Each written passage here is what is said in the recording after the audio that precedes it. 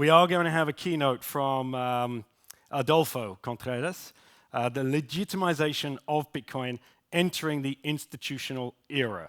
So please, everybody, put your hands together for, yeah, it's actually the loudest round of applause. And thank you for filling in. And yeah, cheers. Yep, anyone. And your clicker if you need. Awesome. Thank you. Can you hear me? Yeah, weird. Almost in family. Thank you very much. I'm going to be talking about, with a little bit of a glimpse of, I've been trying to make sense of what has been going on in the institutional space with regards to capital markets. And I've been thinking along the lines of what are actually institutions, and this is the first part of what I want to explain, because everybody's talking about the institutional adoption, but I don't think that many people have been paying attention to what institutions are, and also most importantly, why it is important for the Bitcoin space to get involved in this.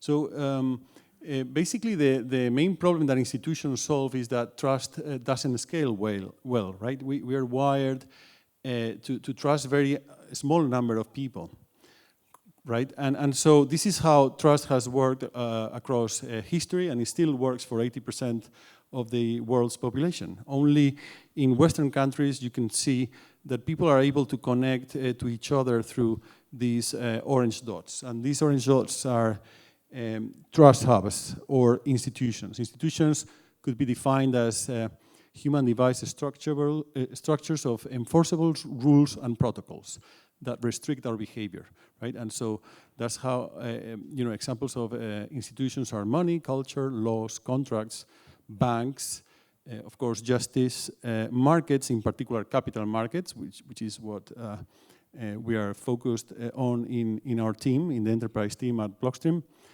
And then financial market infrastructures, property systems, police, etc. So this is the fabric of civilization, because without institutions are what make cooperation more profitable than violence, right? And so this is what enables prosperity and progress.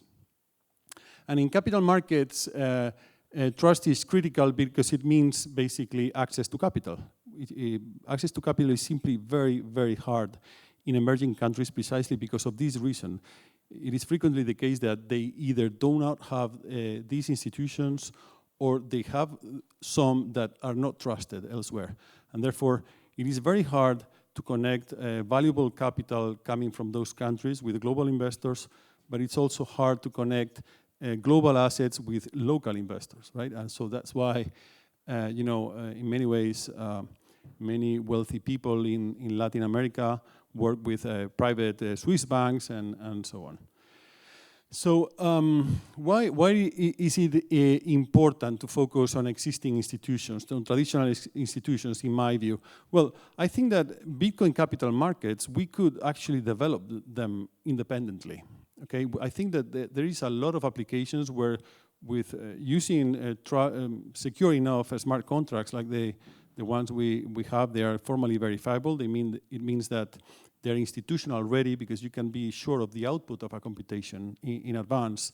You can really build really interesting, let's say, financial use cases, but that could take decades, to build the trust needed for liquidity to move there in significant amounts.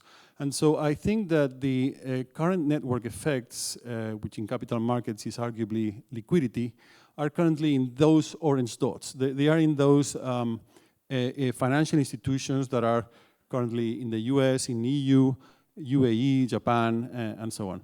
And so I think that we can connect the both worlds, right? The developed one and the underdeveloped one with blockchain rails, basically, as long as they are secure enough and they enable technology to protect investor rights, which is what the lack of those orange dots is avoiding. And so where are we? I'm going to share a little joke. our marketing colleagues thought that they should remove the S, and they thought it should say Cambrian explosion. But no, I meant truly Cambrian explosion. It's been this explosion of blockchains with lots of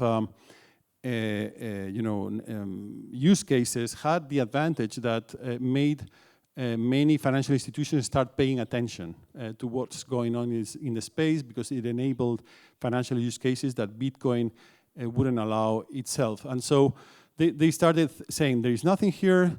Then they moved on to thinking there may be something here, and so they started working on a number of mostly experiments, proofs of concept, prototypes.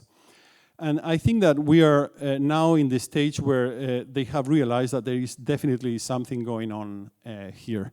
And so for me, the next stage, and this is what I think everyone at Blockstream is super excited about, is enabling Bitcoin to become the global neutral settlement layer, for the default one for institutions that would never otherwise trust each other, right? They need to have something that works securely across digital rails, and that is Bitcoin.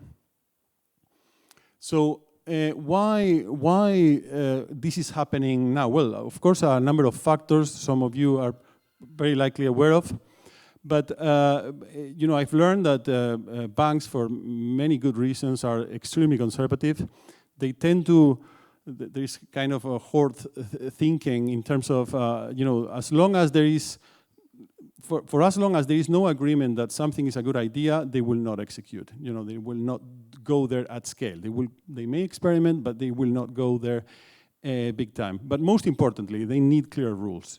As long as there is no clarity, nobody's going to move a finger in the space. So what we have been living through during the last year or more has been a huge legitimation coming from, most importantly, I would say the ETFs. Some others disagree. They have said that it's other regulations like the Genius Act and so on. But I think that the ETFs, for me, was the inflection point when I really realized that things were changing.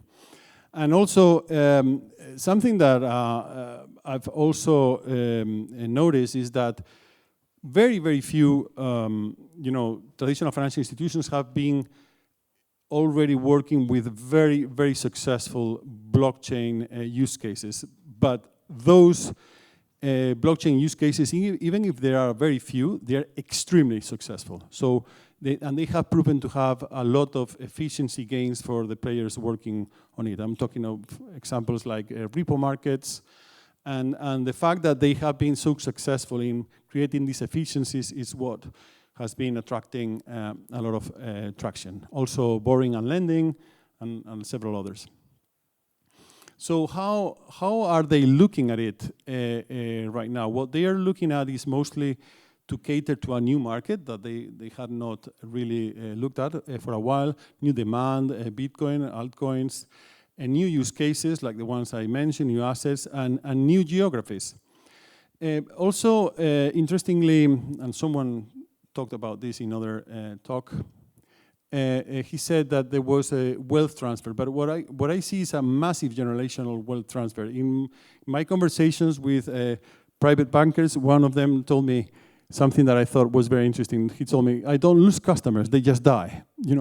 And their kids were not that interested in traditional financial assets that they were providing. So that's what pushed them to look into something way more digital or Bitcoin enabled. And I found that very interesting. There is definitely a huge gap between generations. The efficiencies I was talking about have a lot to do with smaller collateral requirements, and therefore unlocking capital that would be otherwise used as collateral. And so that is creating massive efficiency gains, as I said, in the repo markets. That is where this is succeeding the most. And for many others, this is just about having a strategic defensive position. They want to be ready in case something really changes. And so it's not that they really believe in it, they just know that they need to have something ready in case things move forward. So this is how I've seen a breakdown of the market.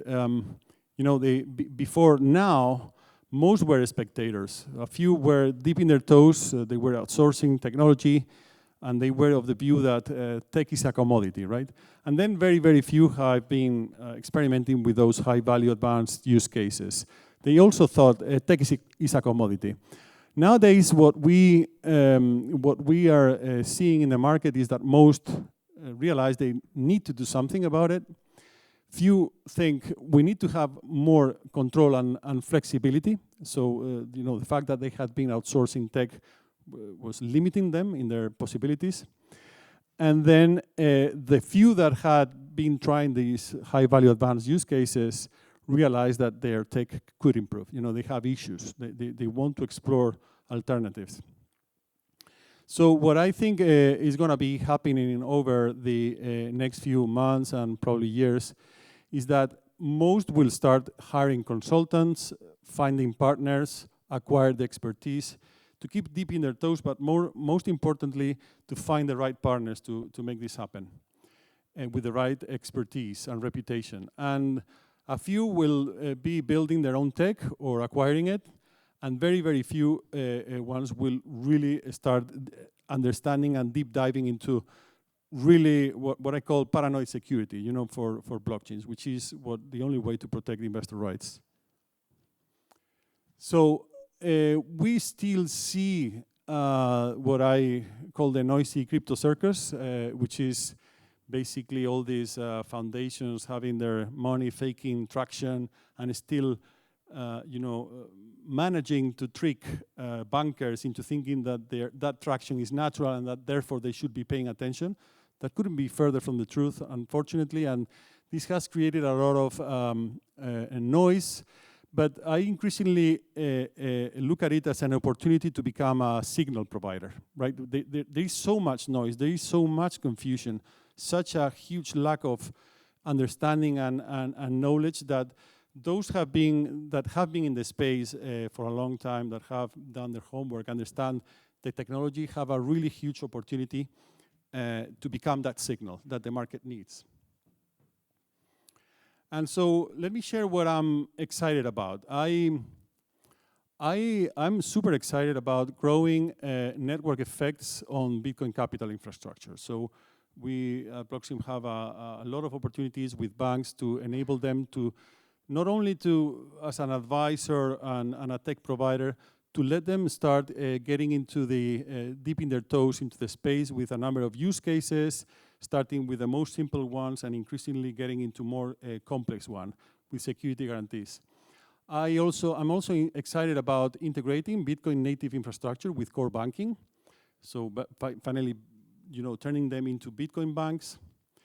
I'm also excited about connecting the different liquid networks. Liquid, by the way, is Bitcoin's largest layer 2, the one that we have created.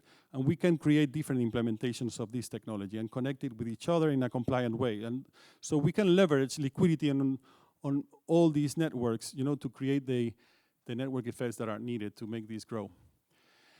And then also excited to really explain something that, because of that noisy crypto circus, not many people in the market know. And I would love to pay tribute to our colleagues that have been working on the Bitcoin protocol for so long, really thinking through how you can make security without trade-offs. Instead of the blockchains that show up out there and that have thousands of transactions per second while claiming to be decentralized, you cannot have both, right? And so this is the kind of things I'm super excited about, but also about finally turning Bitcoin into the default settlement layer, which is what it has been, most importantly built for in capital markets. And in order to make that happen, the path forward that I see happening, which is the part I'm super excited about, is basically what Nick Szabo calls social scalability with computer networks. If we want to make trust scale, we can create these new native digital institutions, which is what he called Bitcoin. Bitcoin is, for him, an institution of wealth transfer, a collectible, and we can enable this institution to work through the internet for everyone. Instead of using collectibles hanged from our necks, we can use this new digital collectible to settle trades with each other globally on the internet. But most importantly, what we can do in capital markets is also to extend the reach of existing institutions. And that is something that this idea is in a cypherpunk paper from more than 20 years ago. And it's basically what Tether is doing. Tether, the most successful use case in blockchains, is basically extending the reach of the most reputed financial institution in the world, which is arguably the Federal Reserve.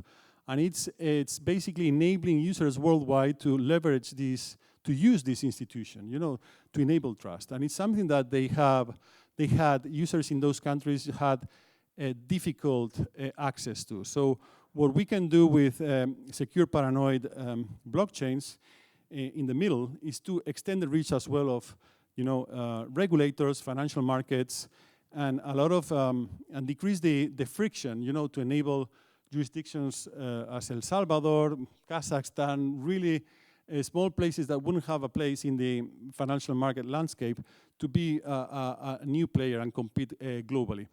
I'm excited, therefore, to connect all these capital market institutions, both in traditional ones from Western countries with those in emerging countries, letting trust scale, but more importantly, to unlock capital from these emerging economies and let liquidity get in there, to let progress, to enable progress, to accelerate, and to make these small jurisdictions that would otherwise wouldn't have a place in financial markets to see growth and enable their economies to grow. So this is what I think that Bitcoin technology can offer. There's a lot of very weird names and acronyms in here, but these are things that enable that are not possible simply in other kinds of blockchain technologies. And this is what I would like the market to understand, because without this, I think that, let's say, liquidity will accrue in the most secure blockchains, right? It doesn't make sense to protect investor rights in the second most secure blockchain, right? And so this is what I think the market will be going, and I'm super excited about it. So I think that's it. Thank you very much.